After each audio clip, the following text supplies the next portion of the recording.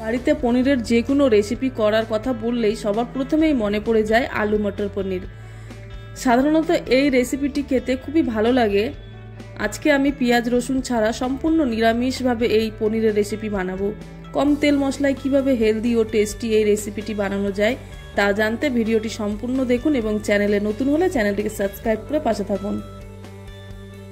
প্রথমেই আমি এখানে 200 গ্রাম পনির নিয়েছি। পনিরটাকে এবার একটা চাকু দিয়ে ছোট ছোট করে কিউব আকারে কেটে নেব এবং পনিরটাকে ভেজে নেব।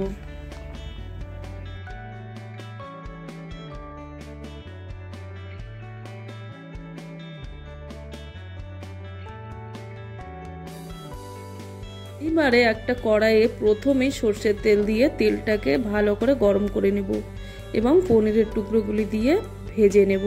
পনিরটাকে খুব বেশি ভাজবো না, বেশি ভাজলে শক্ত হয়ে যাবে এবং পনিরটা খেতে ভালো লাগবে না। তাই হালকা ভেজে নিয়েই উষ্ণ গরম জলে পনিরগুলোকে কিছুক্ষণ ভিজিয়ে রাখবো, তাহলে পনিরটা বেশ নরম ও মোলায়েম খেতে হবে। এইবারে ওই তেলের মধ্যেই প্রথমেই দিয়ে দেবো কিছু গোটা জিরে ফোড়ন। হালকা ভেজে নিয়ে দুটো মিডিয়াম সাইজের কেটে রাখা টমেটো কুচি দিয়ে দেব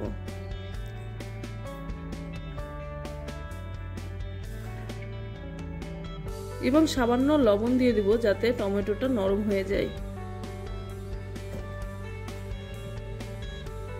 1 মিনিট ভেজে নিয়ে একটা ঢাকা দিয়ে আঁচটা কমিয়ে 2 মিনিটের জন্য রেখে দেব, তাহলে টমেটোটা অনেকটা নরম হয়ে যাবে।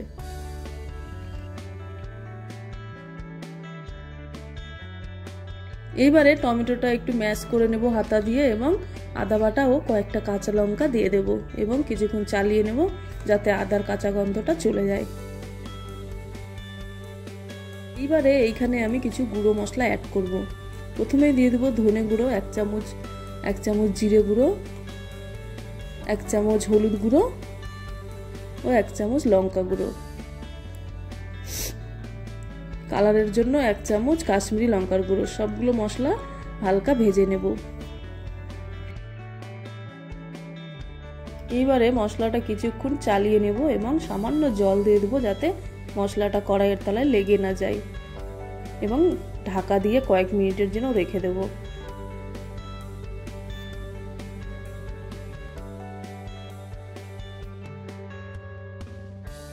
এইভাবে কিছুক্ষণ ঢাকা দিয়ে রাখলে টমেটোটা বেশ ভালোভাবে গলে যাবে এবং সফট নরম হয়ে যাবে।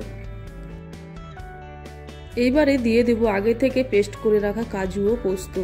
এই কাজু পোস্ত বাটা দিলে গ্রেভিটা একটু ঘন হবে এবং খেতেও বেশ ভালো লাগবে। এবার টমেটোর সাথে সব মশলা ভালো করে কষিয়ে নিতে হবে। মশলা ভালো করে কষানো হয়ে গেলে দেখবেন মশলা থেকে আলাদা হয়ে গেছে তেল এবং সুন্দর একটা কালার ছেড়ে দিয়েছে। এইবার এইখানে আমি একটা সেদ্ধ করা আলু নিয়েছি। আলুটাকে এবার পনিরের চাইতে একটু বড় করে কিউব আকারে কেটে নেব।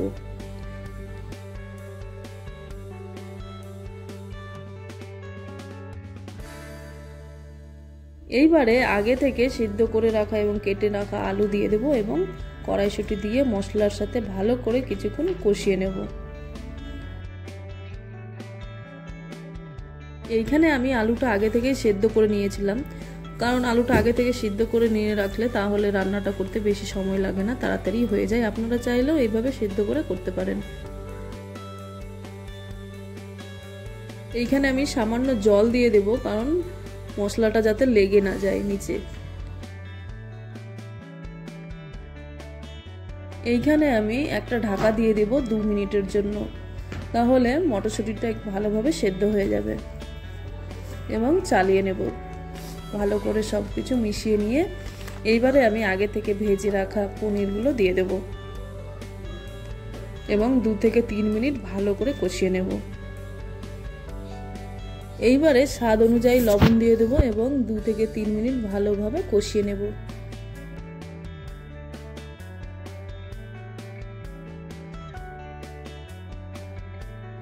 এইবারে আমি পরিমাণ মতো জল দিয়ে দেব এবং ঝোলটা যখন ফুটে উঠবে তখন আমি ঢাকা দিয়ে হিটটা কম করে কয়েক মিনিট রেখে দেব।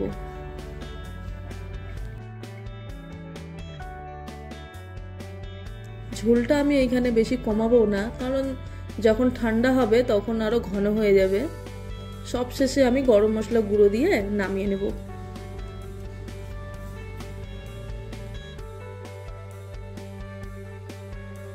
তাহলেই তৈরি হয়ে যাবে আজকে আমাদের সম্পূর্ণ নিরামিষ হেলদি ও টেস্টি আলু মটর পনিরের রেসিপি। এটি ভাত, রুটি, লুচি যে কোনো কিছুর সঙ্গে পনিরের এই রেসিপিটি খেতে অসাধারণ লাগবে। তাহলে কেমন লাগলো আজকের এই ভিডিওটি? যদি ভালো লেগে থাকে তাহলে অবশ্যই লাইক করবে, কমেন্ট করে জানাবে এবং চ্যানেলে নতুন হলে চ্যানেলটিকে সাবস্ক্রাইব করে পাশে থাকবে। দেখা হবে আবার অন্য কোনো রেসিপির সাথে।